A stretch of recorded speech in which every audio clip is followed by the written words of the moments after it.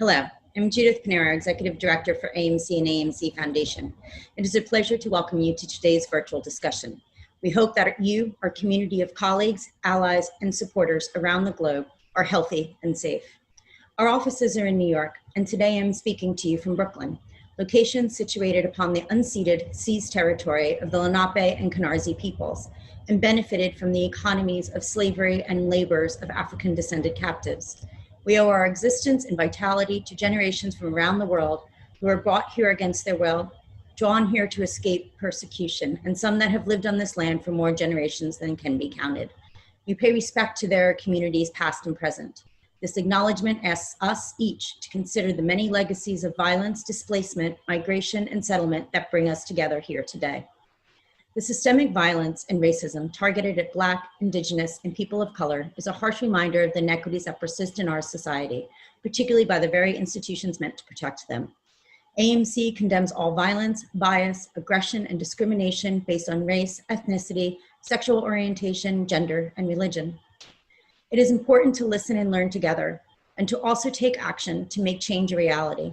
AMC's commitment to diversity, equity, inclusion, and access will continue to be a driving force of all our efforts. We call upon cultural organizations and the individuals working, funding, and serving them to take action to do better.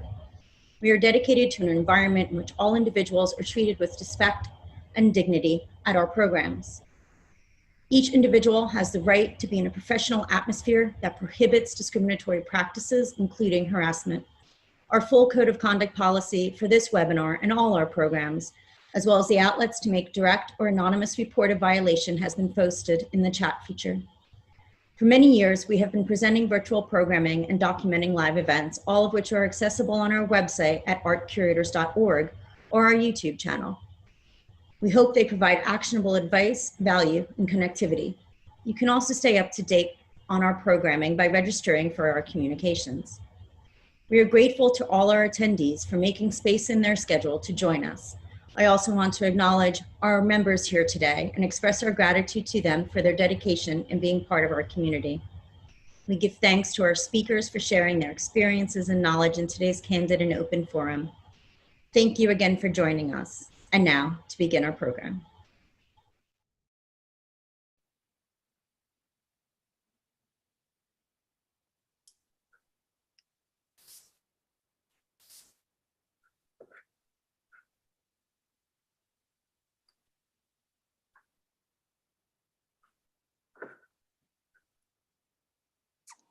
First off, thank you to the AMC, particularly Judith and Monica, for inviting us here today and for working so hard to bring us all together. Thank you for all of you who have joined us. And a special thanks to the 3 other independent Canadian curators who have agreed to be a part of this today. So I'm going to begin with a brief introduction, brief being the important part of that. I begin with Stéphane Saint-Laurent, who joins us from Gatineau. Stéphane is an artist and curator known across Canada for his commitment to performance and video.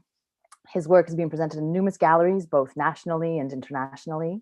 He has been a curator and programmer for a number of artist organizations and festivals, including the Biennale d'Art Performative de Rouen-Noranda in 2008 and the 28th and 29th Symposium International d'Art Contemporain de Baie-Saint-Paul in Quebec.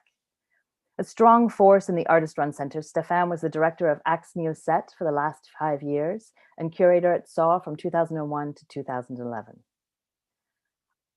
Also joining us is Raja Suri, who returns to Montreal after 20 years working in Southeast Asia and China as a critic and curator, including curation of the Mongolian Land Art Biennale.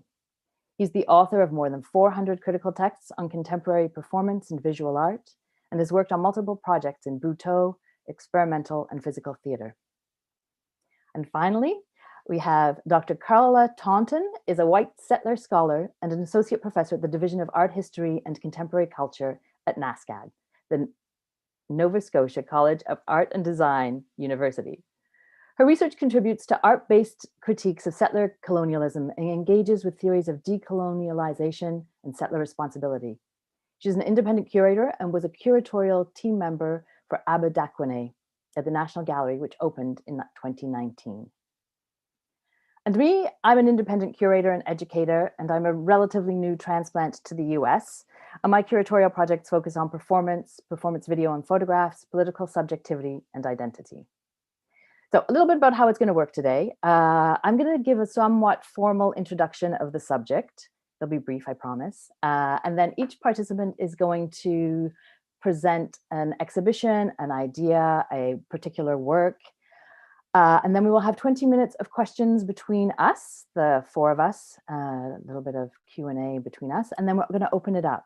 So there is a Q&A tab at the bottom of your screen. And if you want to start to put questions in there as they come to your mind, and if they're for a particular panelist, then perhaps you could put their name beside it so that when I come to the questions, I will know who you would like to address the question to. Otherwise, I can address them generally also. So, bodies out of place. This webinar comes out of a current book and research project that I've been working on about radical performance that accentuates out-of-placeness as a way to make visible the exclusionary politics of particular spaces. I guess the question is, how might performance and performative acts function in a way that emphasizes and exaggerates how particular bodies are seen to be out of place?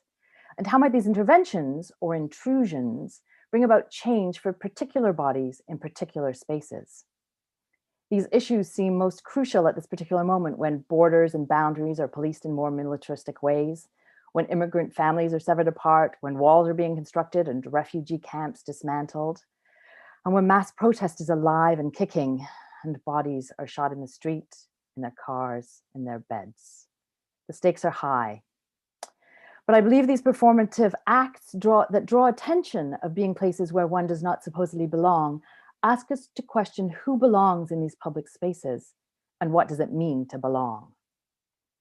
It seems that more and more the rhetoric around those who do not seem to belong is presented as a threat to our cohesive social, political, cultural, and religious spheres. It is thus important to keep remaking, remarking, and renegotiating bodies and spaces. And it is the constant contestations like these that are a necessary component of radical democracy, a form of democracy that political theorist Chantal Mouffe and Ernest Leclos argue desires not consensus, which oppresses differences and differing opinions, races, classes, genders, worldviews, but instead works to engage this difference.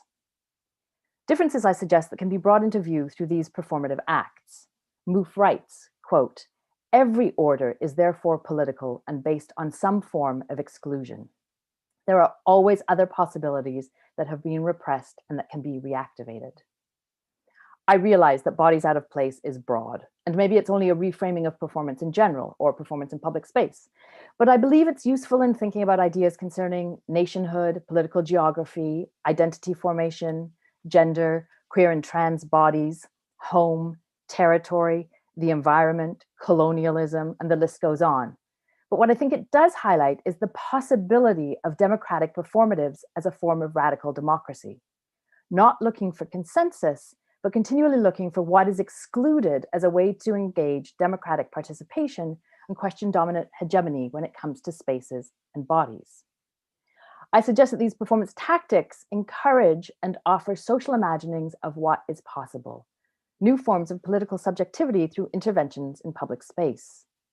As a consequence, they are necessary democratic practices that stage equality and resistance. One of the most clear examples that I use, and one that that sort of started me thinking about this, is an activity carried out by Queer Nation, a group founded in 1990 in New York City that developed what they called Queer Nights Out, a series of, as they called them, invasions of straight hangouts. These interventions not only initiated a new bodily spatial politic, which advertised that being queer is not about being private, rather it's about the freedom to be public, but they also exploited pleasure. Queer bodies made out at the bar, they played spin the bottle, demonstrating, as Lauren Berlant and Elizabeth Freeman have argued, that, quote, the boundaries of heterosexual spaces have been also contingent upon the enforced willingness of gays and homosexuals to remain invisible. Queers are thus using exhibitionism to make public space psychically unsafe for unexamined heterosexuality, end of quote. Ultimately, Queer Nights Out broadcasts the straightness of public space and its implicit dangers to the queer community, while reiterating the rights of the queer community to be public. As Chantal Mouffe suggests at the end of her essay, entitled Public Spaces and Democratic Politics, art and politics are not two separately constituted fields. Rather, the real issue, she contests, concerns the different ways in which artistic practices can contribute to the questioning of the dominant hegemony. Through a plurality of forms of interventions in a variety of public spaces, these performative practices that restage political identities contribute to the constitution of a variety of agonistic spaces where a radical and plural conception of democracy can be fostered, or as in these cases, can be performed. So, formal part done, intro done. Let's move on to Stéphane Saint-Laurent, who's going to introduce a couple of projects that he's worked on.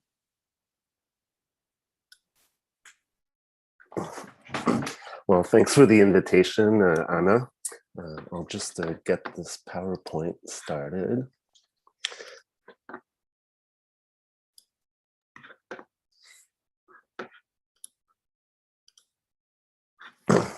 Does that work?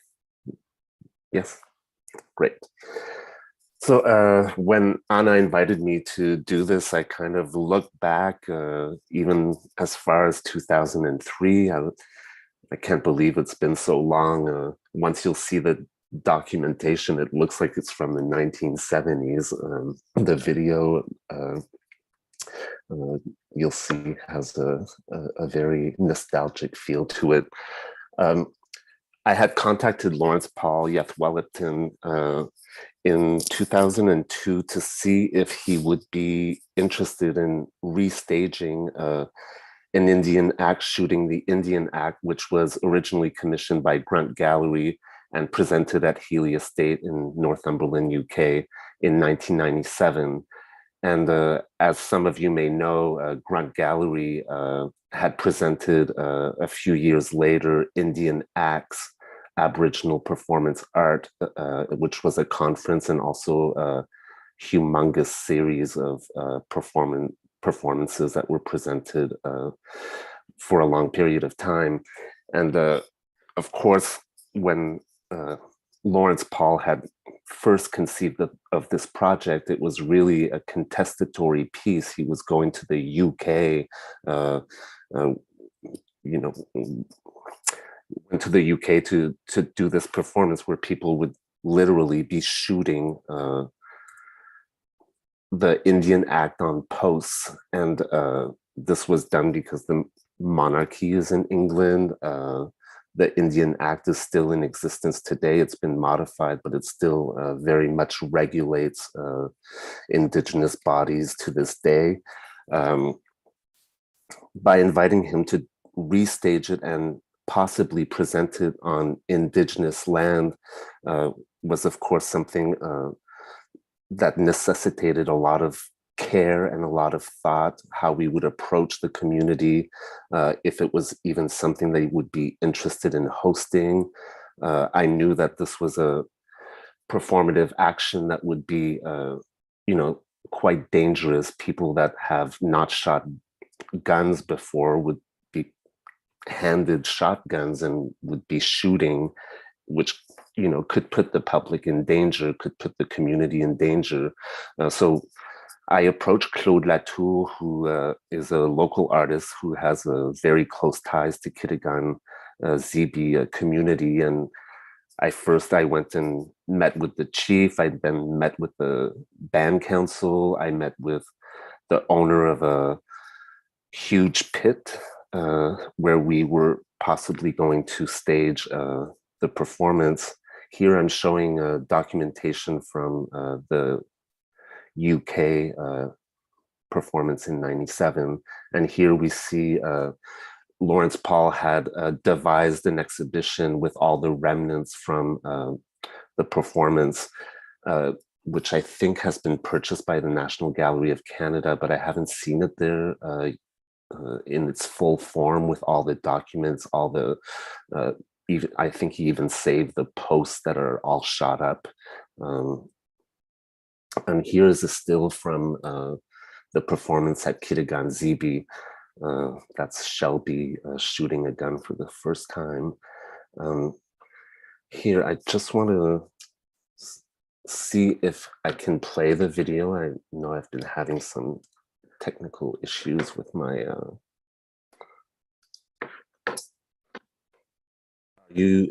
are you seeing a screen with the video now?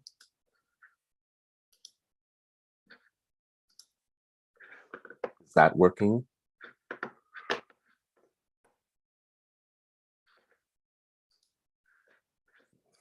Can you give me a thumbs up if it's working or not? Can you see a document? Oops. Not working. It's not working. Okay. No. Can you reshare it?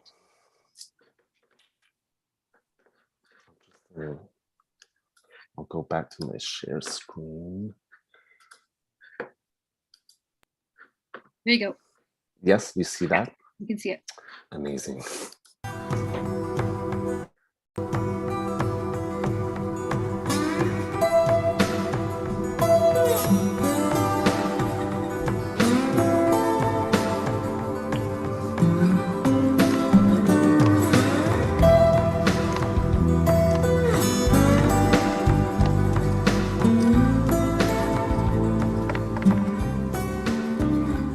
The Indian Act was passed by Canada's Parliament in 1876, consolidating 40 years of scattered legislation dealing with Aboriginal people. It contained 100 sections that covered every aspect of Aboriginal life. Indians were given the status of children and were made wards of the state. Within 35 years, the Act was expanded to nearly 200 sections, whose purpose appears to have been to destroy the economy, culture, religion, and institutions of Canada's Indians. The logistics of the performance here is to shoot the document, symbolically kill the Indian Act. It's actually just a white supremacy document. It's nothing more than that. Under the Act, Indians were forbidden from dancing, drinking, performing sacred rituals, selling their produce, or even entering. Or not? No, just. I'll take that. She's coming down. Okay. Okay, you can shoot either one of whatever, which one you want. On the left there? Okay, yeah.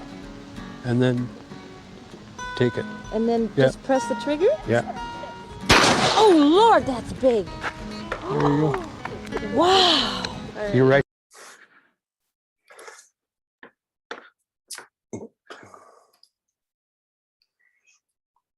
And now can you hear me? Yes. We Yes. can't see your PowerPoint. Can you see me? Yes. Oh, because I want to show you. This is my shot up Indian Act. It's one of the best pieces in my collection. And here you can see that I shot up the French side of the Indian Act, which I think is even better as a document. I'm so glad I was able to play the video for you. I'm just going to start my PowerPoint again.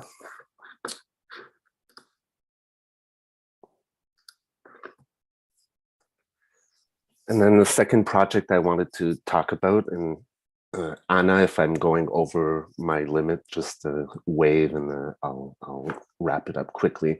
This was the last project I did at Saw Gallery. Anna was involved. She was on the board of directors.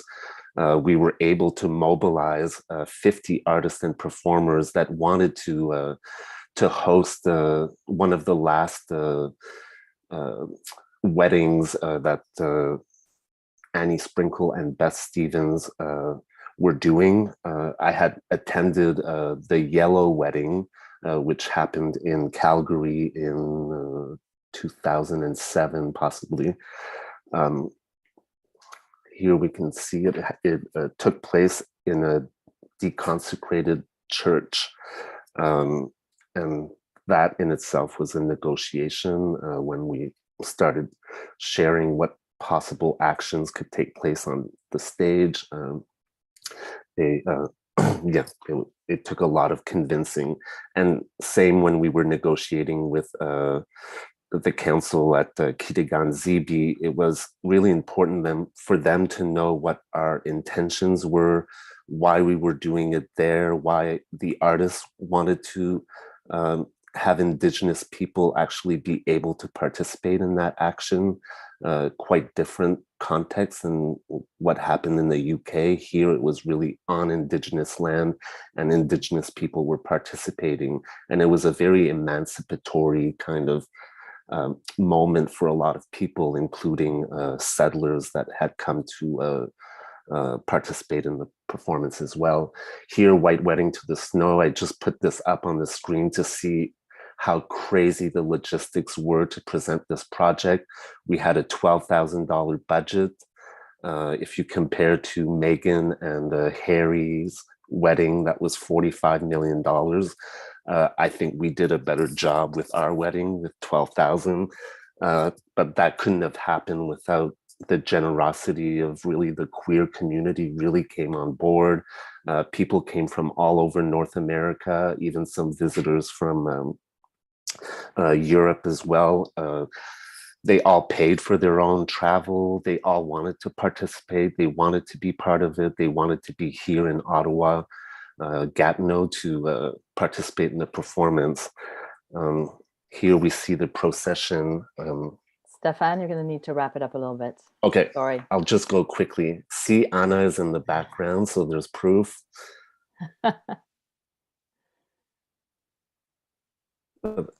You know, this project particularly really showed me how important the community aspect is in presenting performance projects that are so complex. You can imagine all these people were in the basement of the church getting ready for their performances, and there were 50 people in the green room, and I thought it would end up being a huge logistical nightmare, but everyone was so friendly and collaborated. Everyone gave space to everyone. The performers were all thanked nonstop by Annie and Beth, and everyone felt so included in this event. And I must say it was probably the best performance event that I've been able to witness in my life. And I just thought I'd share these things with you. So that's it. Thank you, Stefan. There's lots to say about that performance, but we'll come back to it. We'll come back to it when we have questions, okay? And so now we're going to hear from Rajasari, and I'm going to share my screen.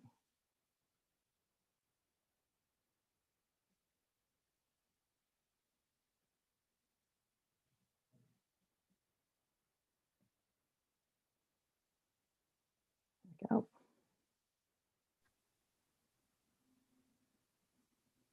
Okay, so I'd like to first of all thank everyone for having me. And I'm going to introduce a project which is the Art Labo, project undertaken by Aramayani Faisal, who is an Indonesian artist. She's a seminal performance artist who has worked with bodily interventions for over 35 years. I think it's important, before I proceed with the discussion about the Art Labo, to give a very brief historical context. One Art Labo is a very old monastery in the Kam region of Qinghai province. Now, this is a territory that was disputed for over 3 centuries and actually is a region where the traditional nomadic Tibetan culture remains, excuse me, the most prominent as the Chinese government annexed what is today considered the Tibetan Autonomous Region. This raises several paradoxical situations. One, given that strength of tradition, the monastic community in Labu disassociate usually from all mundane or how would you say, quotidien affairs of the villagers. Adjacent, there are 3 main villages.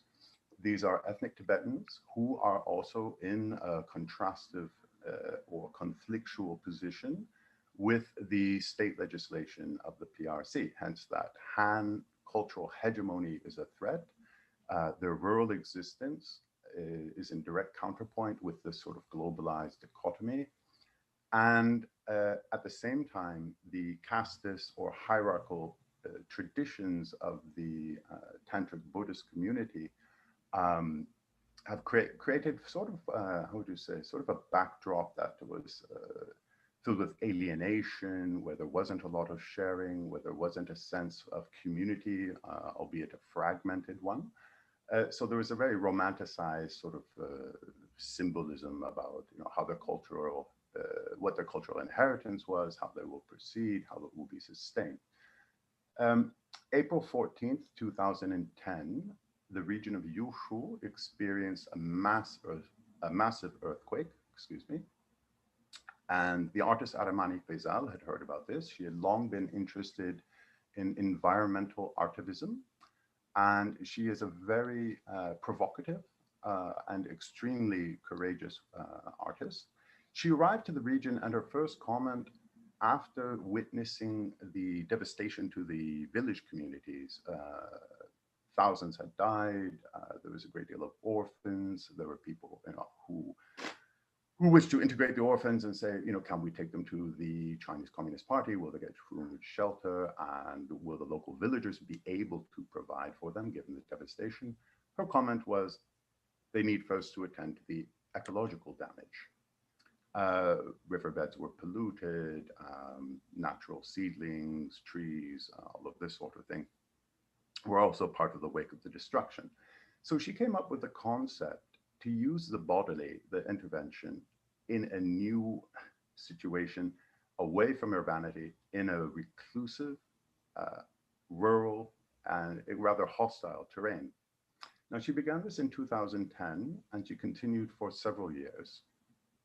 She encountered along the way various obstacles. As an Indonesian female who was not native, the community took some time to accept her.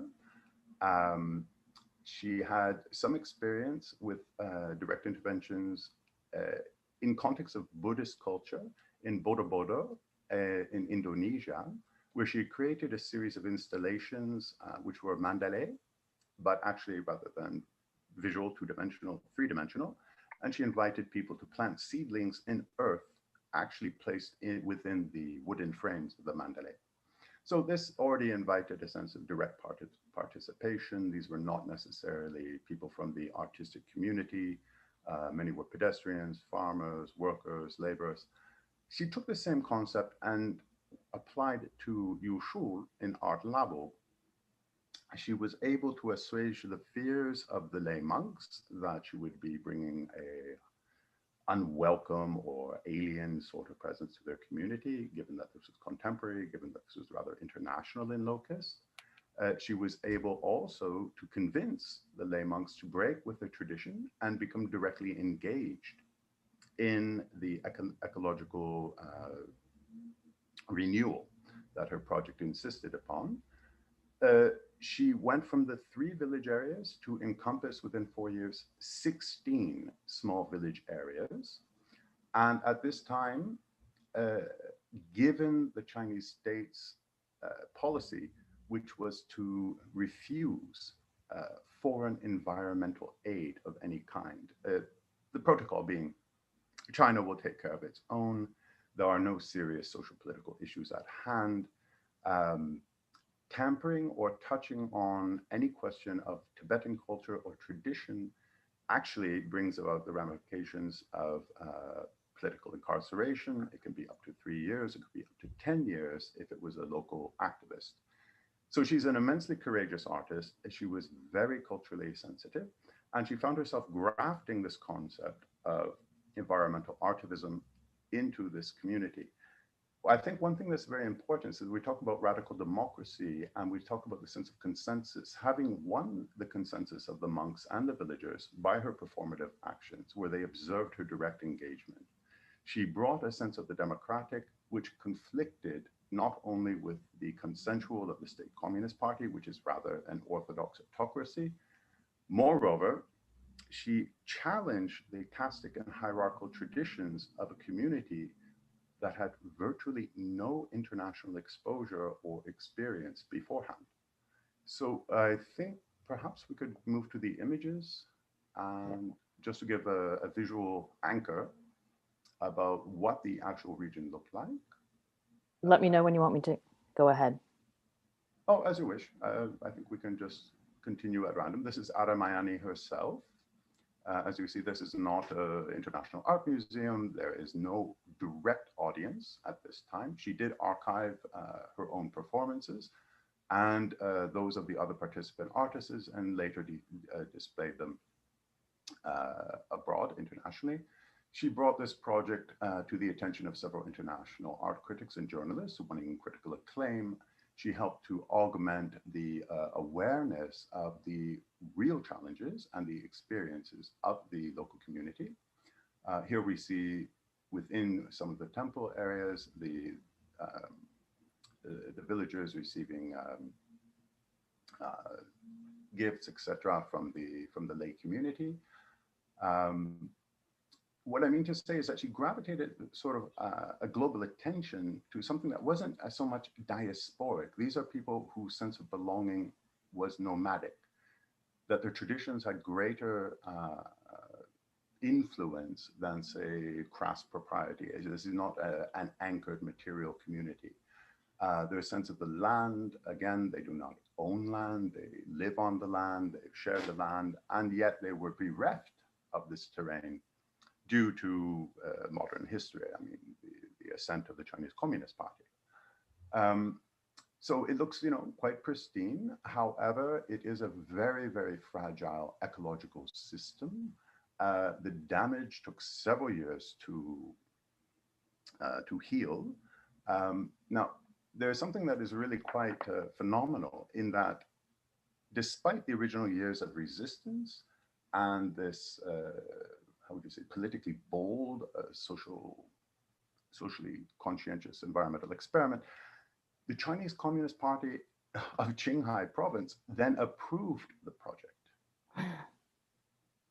They remarked that what she was doing was admirable, that the sense of pedagogy, of the sense of direct participation, that this was entirely to the benefit and not to the detriment, not only of the ethnic Tibetans, but also to other villagers of different ethnic backgrounds and Han Chinese who became fascinated by this rather curious woman who showed up from Yogyakarta and for a decade insisted that first we pay attention to ecological, environmental situations, and then we can then enhance and enrich the sense of community.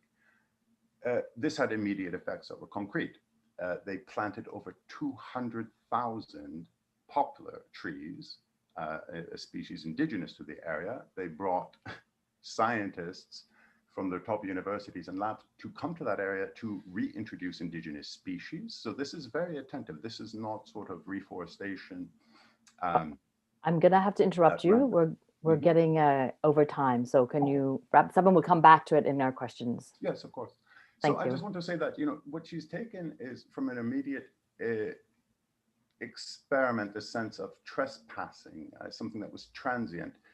Later, it evolved into something that was the backbone for a sense of equality or an egalitarian approach to contemporary art. And yet this project proved sustainable, that now where the villages and the lay monks themselves delegate certain tasks, they had greater autonomy prior to the experiment than after the experiment with the very government that had formerly persecuted them. So I don't mean to, overemphasize the issue, but this is really a phenomenal experiment. Whereas, as you said, Chantal Mouffe, she talked about the sense of exclusion. Well, these things, rural, global, traditional, international, conceptual to holistic, exclusion was replaced by a sense of inclusion, but the inclusion came from the participation, the direct intervention. So I think if we're running out of time, I'll leave it at that, and then yes, thank you. We return at the time of question. Yes. Yes, thank you. And now, Dr. C. Thank you. All right, let's get going. Stop now, and here we go. Okay. Good afternoon, everyone. I join you from Mi'kma'ki, from the ancestral unceded territories of the Mi'kmaq Nation. And the lands and territories that I live in as an uninvited guest, as a white settler, are covered by the treaties of peace and friendship that were actually established in 1725 between the British Crown and the Mi'kmaq Nation. And this concept of treaty and treaty kinship and thinking through what does it mean to be treaty bodies will be woven through just my brief discussion of several projects that I've had the opportunity to work on as a curator. Currently, my work with, whether that be performance, Indigenous performance, as well as new media art, I'm working in collaboration predominantly in those curatorial projects. And so the first project I wanted to talk about, and Anna, let me know if I'm going over or talking too fast, is Ebb and Flow. And this project we curated during the pandemic, and it was in October of this in 2020. And we had several different projects in mind. And then we thought, how could we do a COVID safe exhibition installation that not only referenced all of the community here in Chibuktuk in Halifax, thinking through isolation, but also thinking through what was going on locally in terms of Mi'kmaq fishing rights. And there was a huge resistance to local Mi'kmaq fishers having opportunity to fish following treaty rights. And there was massive conflict. There were sites and burnings, and Mi'kmaq were under threat from white settler folks locally. And so we wanted to also think through that. And as GLAM, which is a collective that I work with Dr. Heather Guilliorte and Dr. Julie Mangum, we wanted to kind of give back to the community that we've been able to work with locally here. So we created this work, Ebb and Flow, and it was in response to Lindsay Dobbin, an incredible Indigenous artist as well as curator, their anchor projects here at Nocturne, which is our night festival here in Halifax. And they had already decided to bring forward Michael McDonald's early new media artwork on the other side of this public central library. And we wanted to think through what would it mean to wrap that public gallery space with Indigenous presence. So these works that I'm thinking through are a deliberate act of resistance against the erasure of Indigenous presence that settler colonialism, aims to perpetuate, and also to respond to the ways in which white settler visual culture, institutions, monuments are also a deliberate attempt and an ongoing practice that not only erases Indigenous presence, but also valorizes settler colonial violence. And so we wanted to think through all of those entanglements, but also create a site of witness, a site of gathering safely. And so we ended up using the back windows of the main auditorium space of this amazing new public library that we have in Halifax. It's almost more like a community center. And to think about wrapping Indigenous sovereignties on those windows of 120 feet.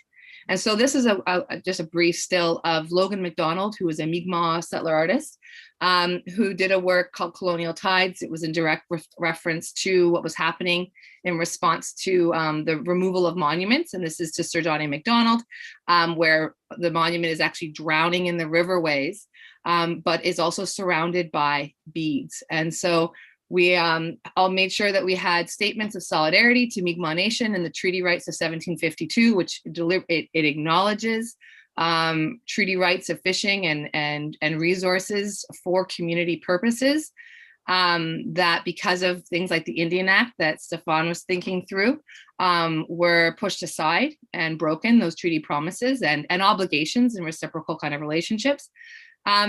And we also wanted to think about kind of an international conversation of Indigenous performance and practices that, again, are articulations of Indigenous continuities and resurgences that are grounded in cultural knowing and ways of being in the world since time immemorial. And so within our installation, we had 5 artists from across Indigenous territories. And this is the work of Amrita Hepi that I wanted just to show you a short clip of, because when this performance was activated, we witnessed members of the public started to move in the courtyard space, because in this, where you're actually standing is a large courtyard overlooking the city. And you started watching children trying to interact with Amrita's body but following her through these, the 3 projections across these window panes. So hopefully this will work. I think it will, and I'll just play this for you.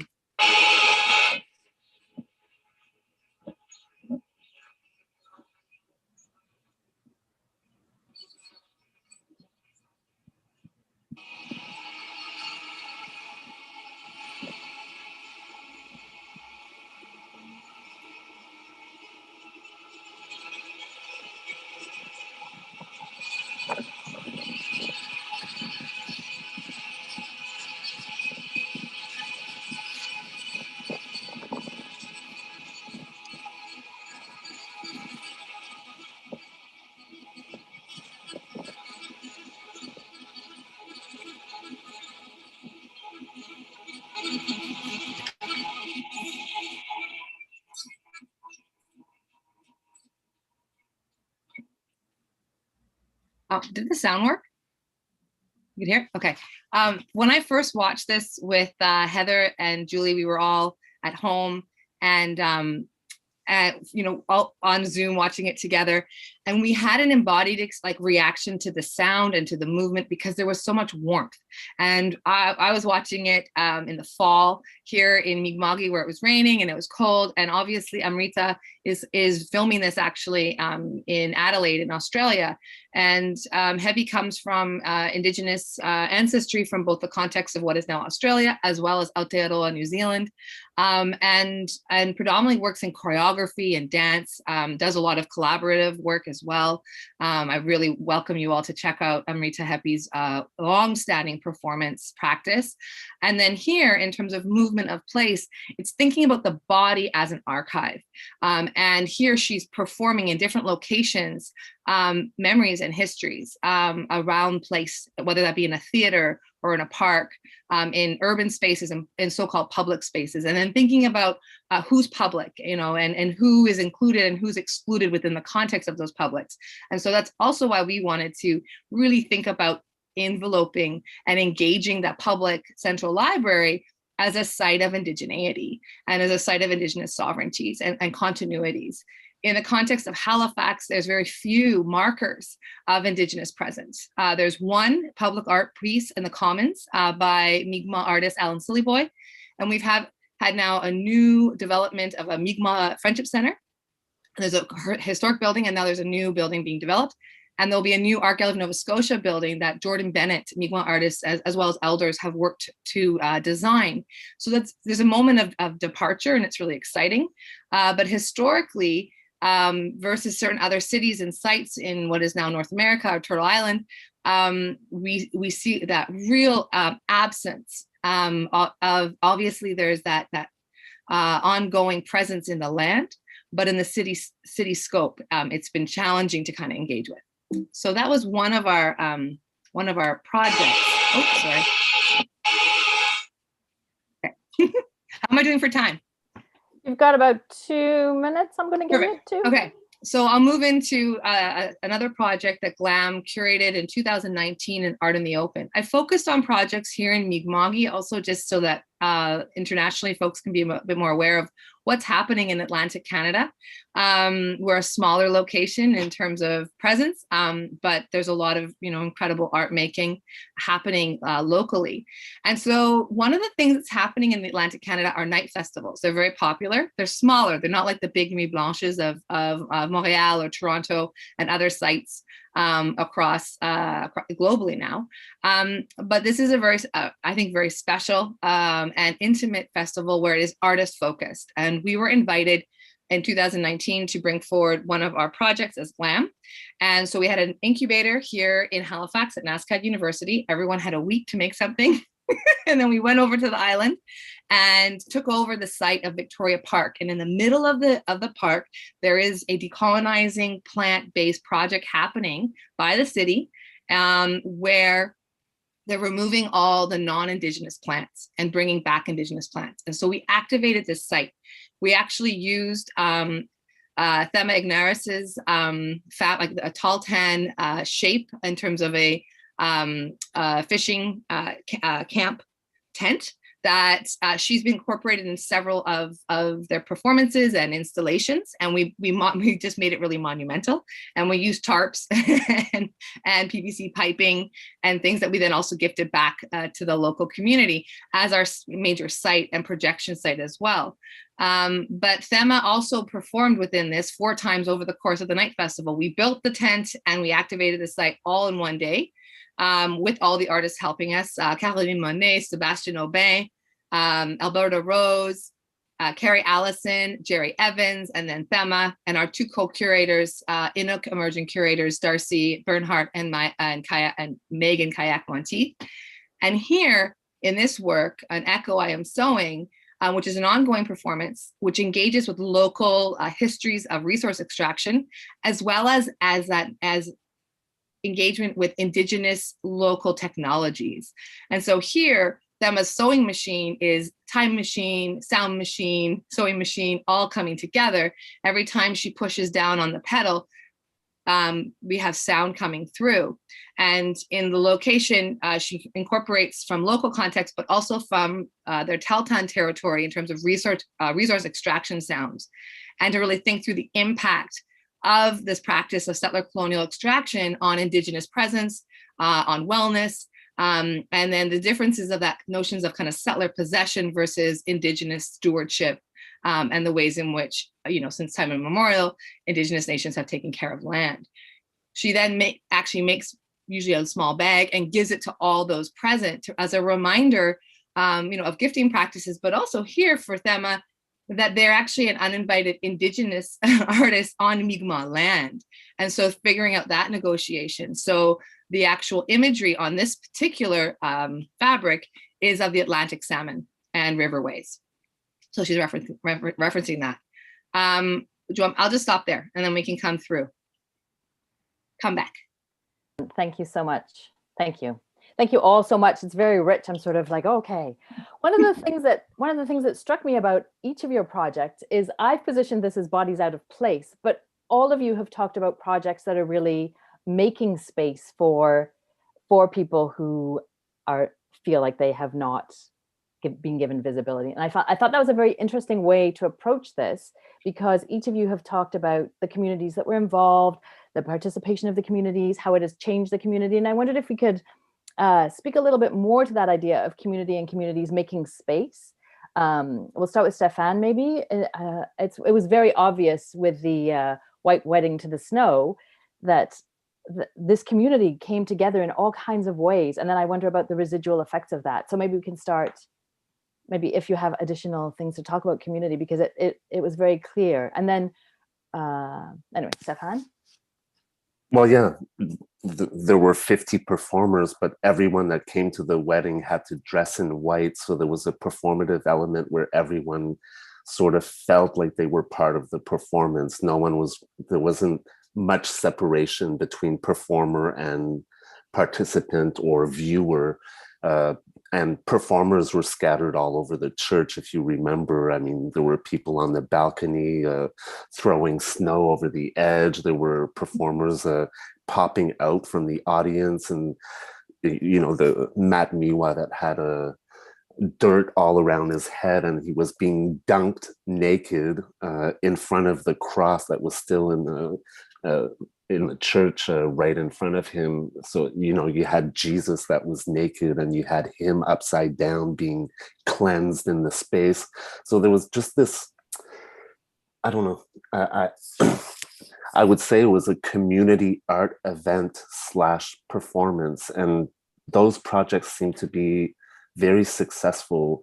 There's something about the proximity that audiences have with performers that really is incomparable to anything else, like theater or visual art exhibitions. There's some, there's involvement, and I think that really changes the dynamic.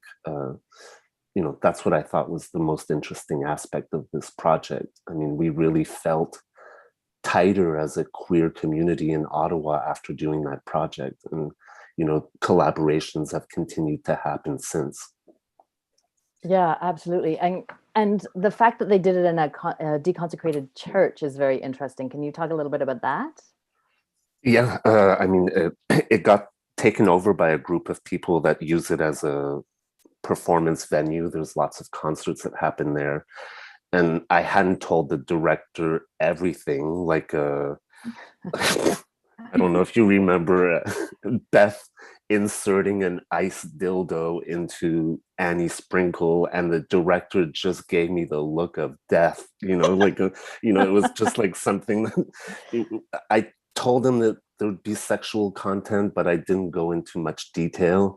Right. But I think that was the limit for him, even though the church is deconsecrated. I think that was pushing it a little bit for him. But sometimes you have to kind of not tell the whole truth. If not, you're not able to do these kinds of projects. It's the same. I don't know if you remember geostationary banana over Texas. Cesar Saez had planned to do this gigantic bamboo banana that he would shoot up from Mexico, which would be viewable from from Texas. And he made a prototype, and we tried to get permission to release this gigantic banana in Ottawa, and we weren't able to get clearance from the airport.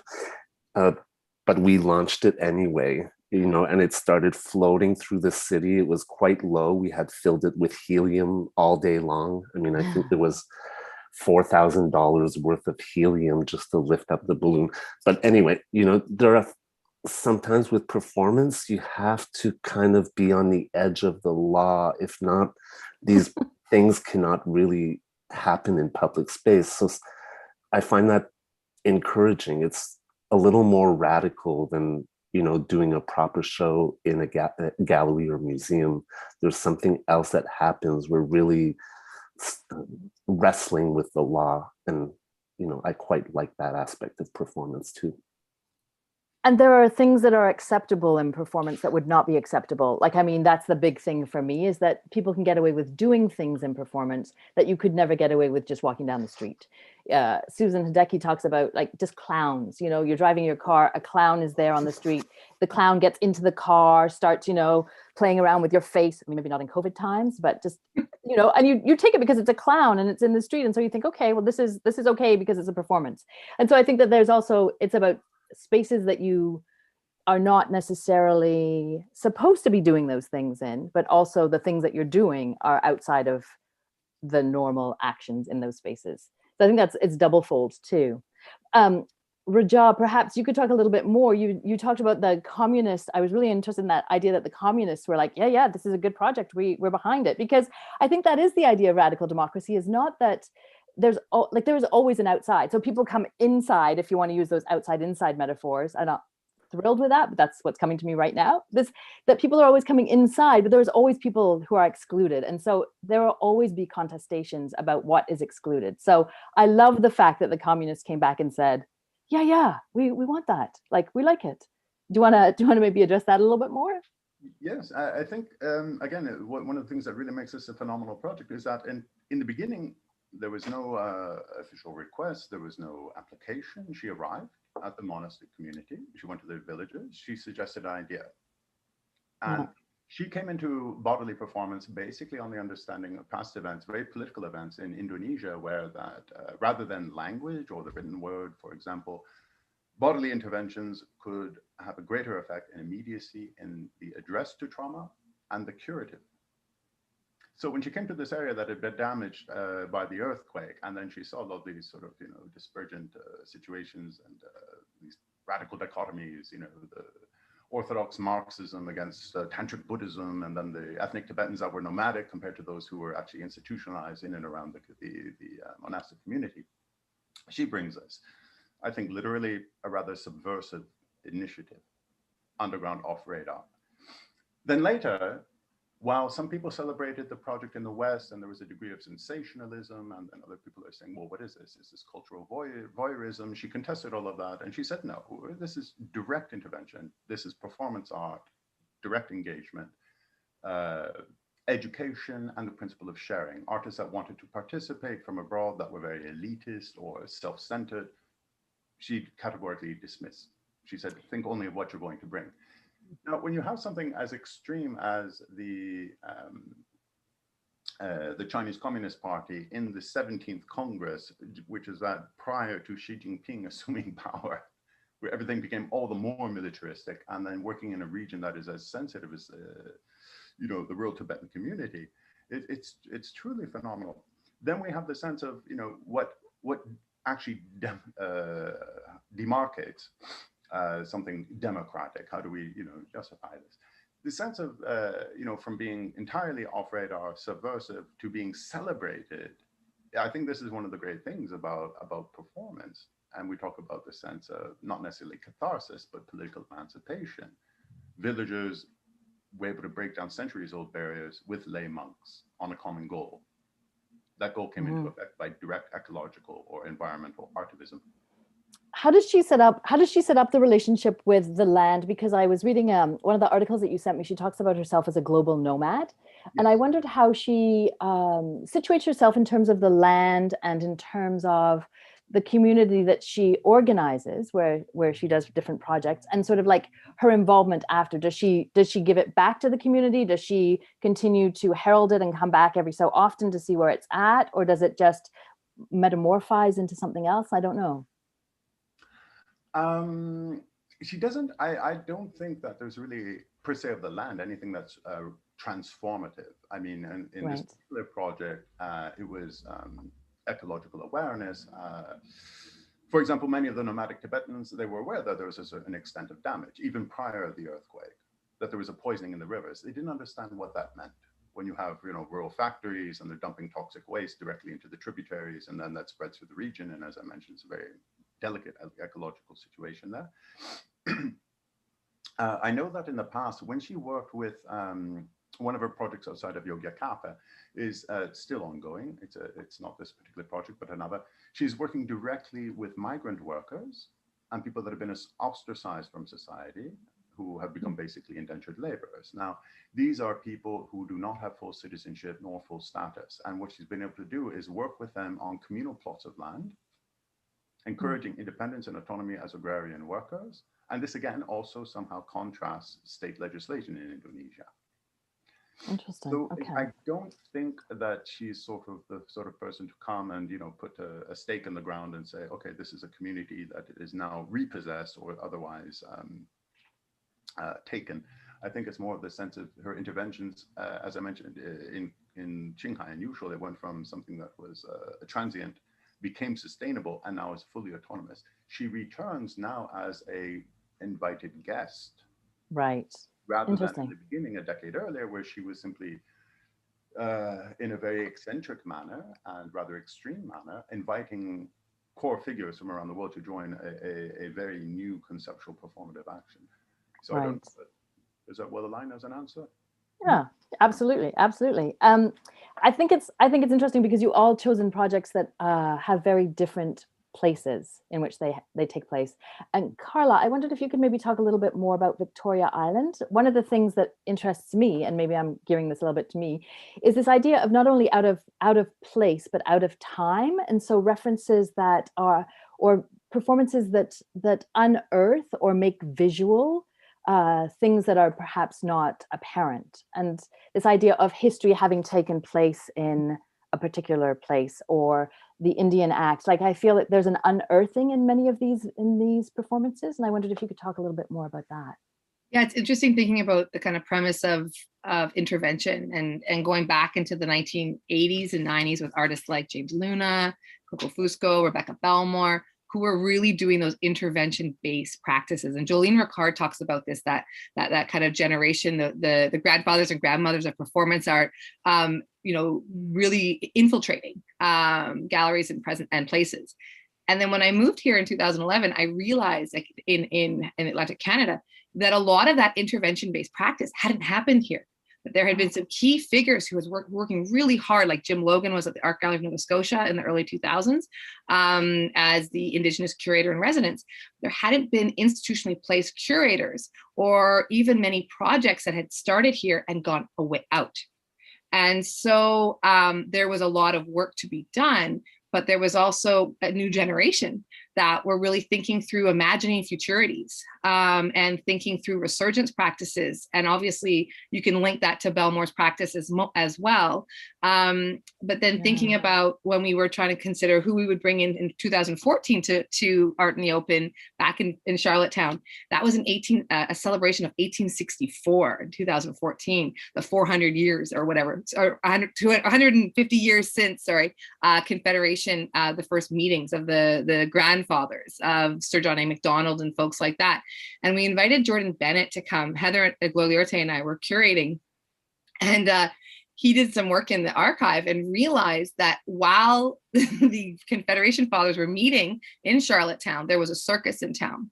And more folks, I think, were interested in that than these, these guys meeting about Confederation.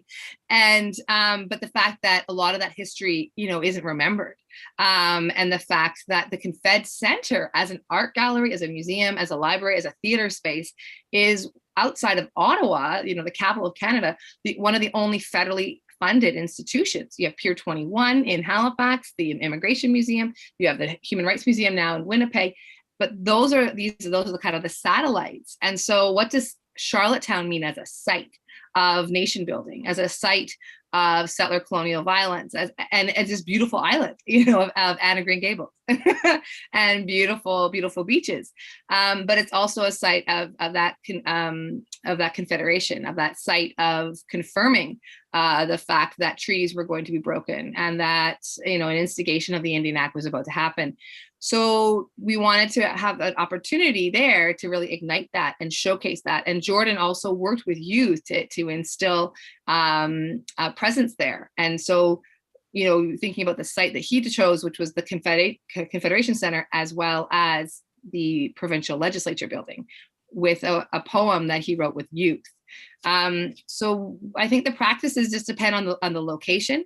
And the fact that in many cases, Indigenous, in the context that I think through in my research, prior, my dissertation research many years ago now, was really thinking about how Indigenous performance has been a site of memory, a site of writing history. And you can extend that into all different types of making. And then when we were thinking about Abenaqua Day for the National Gallery, and I was just working with the lead curators, bringing forward ideas, there were some ideas around bringing forward performance and to think through that idea of history and presence. And one of the activations in the gallery site, which I thought was quite interesting, was Dylan Miner, Métis artist Dylan Miner's The Elders Say We Don't Visit Anymore, which is a space where you're supposed to go into and sit and spend time, drink tea, think through. But it is an intervention within the gallery space, because it's, so that idea of taking over space happens in the context of that work. Thank you. I don't know if I answered your question, but it's all fabulous. Like, I think it's so rich here that I'm like, okay, and then, but that relates to, okay. We don't have any Q&As from the audience. So, and we have 10 more minutes. I just wanted to make sure that I didn't know if any of you had questions for each other. I wanted to give you an opportunity to maybe ask each other something or see overlaps. If you don't, I've got lots more, but I thought I would just open it up. Anyone? Actually, Carla, I'm a little bit curious. In your presentation, the first section, you talked about the institution, if I remember correctly, of visual cultural institutions in Canada in the context of settler colonialism. Because I've been absent for 2 decades. I mean, I've been back for some time, so I haven't really mixed so much, really haven't really integrated. How do you view this situation now? I mean, throughout Canada. It's so different. Yeah, no, that's great. Thank you. And I obviously, Stefan and Anna, you can jump in too. I think it's different everywhere. So where I am, there's the beginnings of thinking through BIPOC representation, thinking through addressing anti-racism, historic exclusions. And that's, there's been obviously grassroots conversations that have been happening, for decades here, but institutionally there has been, I think this summer specifically with BLM and some, igniting more visualizations of police brutality against BIPOC. Institutions here, I think, are actualizing change. But if you think about what happened in Winnipeg last week in terms of the opening of Kamayuk, the Inuit Arts Center, and what's been going on at the Winnipeg Art Gallery, if you are not aware, I want to share this because I was in awe of watching a team of predominantly led by Indigenous women and thinkers and leaders, Dr. Heather Gloriarte, Dr. Julie Nagam, Jamie Isaac. There's a whole group of people, an entire Indigenous advisory group that brought the notion of decolonization and indigenization alive in a way that wasn't token, that transcends and transforms the opportunity of what Indigenous institutional space could look like and feel like, and what a space that's for community, not about community, is actualized. So that's something that I just think is so exciting. And where I'm living, we're not there, but there is a really amazing example to think through institutionally speaking. And I mean, there's pockets of it happening all over. And in places like Aotearoa, I think things have been ignited, in New Zealand, mirrors some of the other locations in Canada and the United States versus say in Atlantic Canada. And I think that a lot of artist-run centers also have been of been instrumental in shifting the way that we think about since the beginnings yes. of artist-run centers. Yes, I mean, that's why if you're wanting to know the radical, awesome, what's coming, the new generation or an older generation thinking through new ideas, like where to go, you go to the artist-run center. If you go, and then think about 5 or 10 years later, the large institutions will have the opportunity to showcase those folks who started at the Artist-Run Center. And Stefan has been so instrumental in that too. Yes. I just want to acknowledge that, Stefan. Yes, and thinking about the archive, that radical archive of the Artist-Run Center, in terms of queering space, Indigenous space, in terms of activating Black space, POC space, that's in the Canadian context. If you're thinking through trying to do research or wanting to participate, artist-run spaces, I think, are crucial to that activation. Yeah, I would add, I think a lot of people don't understand how unique the artist-run center scene is in Canada. There are artist-run centers all over the world, of course, but in Canada, they really established themselves in the late 60s, and it's been going on ever since. There are new artist-run centers like Daphne in Montreal. But yeah, there are hundreds of artist-run spaces in Canada that are supported by the Canada Council for the Arts and various councils and Canadian Heritage. But yeah, I don't think people understand how crazy this network is. I mean, there are artist-run centers in rural areas that, in Sackville, for example, Struts has been so influential, but they're really kind of isolated in the middle of nowhere, and they still are able to have a lot of influence on, what is emerging out of the art scene. And crucial in the idea of building community. I mean, you look in Ottawa, I don't know the East Coast, but you look to how these centers have built community and a place for people to belong. And I think that is really important in artist-run centers too. Yeah, that's definitely here in terms of the Khyber. That's historic and contemporary in terms of space for queer community as well as BIPOC community here. And the leadership has continued to really think through what does community mean and who is a part of that community. And I think in many cases, institutionally, larger institutions could look to, again, the Artist-Run Center for and how it's reimagined. I was on a board of Modern Fuel at Kingston, Ontario. My first kind of big performance series curator project was there, supported by Modern Fuel, and a co-curated project with Dana Warren, who's now, has been director for many years now at Urban Shaman in Winnipeg. And again, the way that boards and community has really informed the ways that artist-run centers can stay current and think through the challenges that we're constantly renegotiating in terms of public space and in terms of community. Absolutely. Any last words, anyone? We're wrapping up here. I just had a question for Carla, because You mentioned abatakoni. When you invited UR Nango to do a performative project and also a relational project, which is something we're more used to seeing in artist-run spaces, and to bring that kind of project into a large institution like the National Gallery of Canada, it must have been a challenge, no? Yeah, I mean, we should talk to Rochelle Dickinson and Greg Hill about the logisticals. But in terms of, I think there was precedence. And I think for the National Gallery, so yes, definitely. I think because their work had been at places like Documenta in Greece and other locations that were significantly celebrated internationally, the National Gallery could see how those things operated. But most definitely, if you think about those larger institutions, performance practices don't tend to enter those spaces in the same kind of consistency. And I think it's because of logistics and the concern you were talking about of not necessarily knowing what the person's going to do. You know, like the idea of risk analysis, because of all the different, like the hugeness of the National Gallery in terms of its systems, and it's like a machine. And all I'm usually, you know, installing my own shows, and now I work with installers, right? And all of a sudden I was just, dreaming with the team, basically presenting ideas and not necessarily knowing how those things could be realized. And then watching the lead curators negotiate incredibly well the systems of bureaucracy that are institutions, all of our institutions.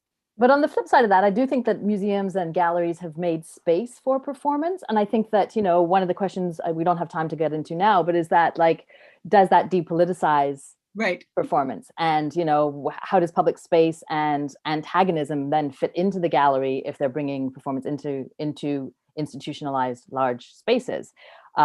Unfortunately, we don't have time to get into that right now. We have to wrap up. That's number two. We'll get into that. Number two. I just wanted to end, kind of to wrap it up and bring it back to kind of my brief intro. I wanted to end with a quote by Gabriel Rockhill, who, if you don't know, I think is a brilliant writer. And he wrote a book called Radical History and the Politics of Aesthetics. And he says, for Rancière, he writes a lot about Rancière, but for Rancière, politics is not a specific sector of activity found in certain places or at particular times, carried out by select individuals.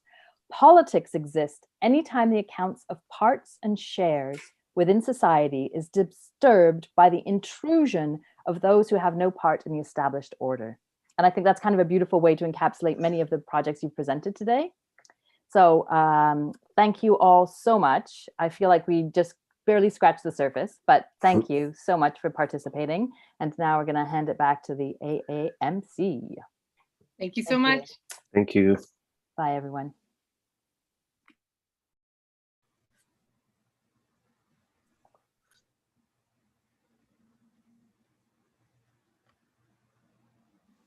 Hello, I'm Monica Valenzuela, Program Manager for AAMC and AAMC Foundation. Thank you for joining our program today, and a special thanks to our speakers for sharing their experience and expertise with us. A recording will be available on our website, artcurators.org, and our YouTube channel shortly. Please help support our capacity to continue programs such as today's event by making a donation today. A gift of any amount will have a direct impact on our work. Thank you, stay well, and join us again soon.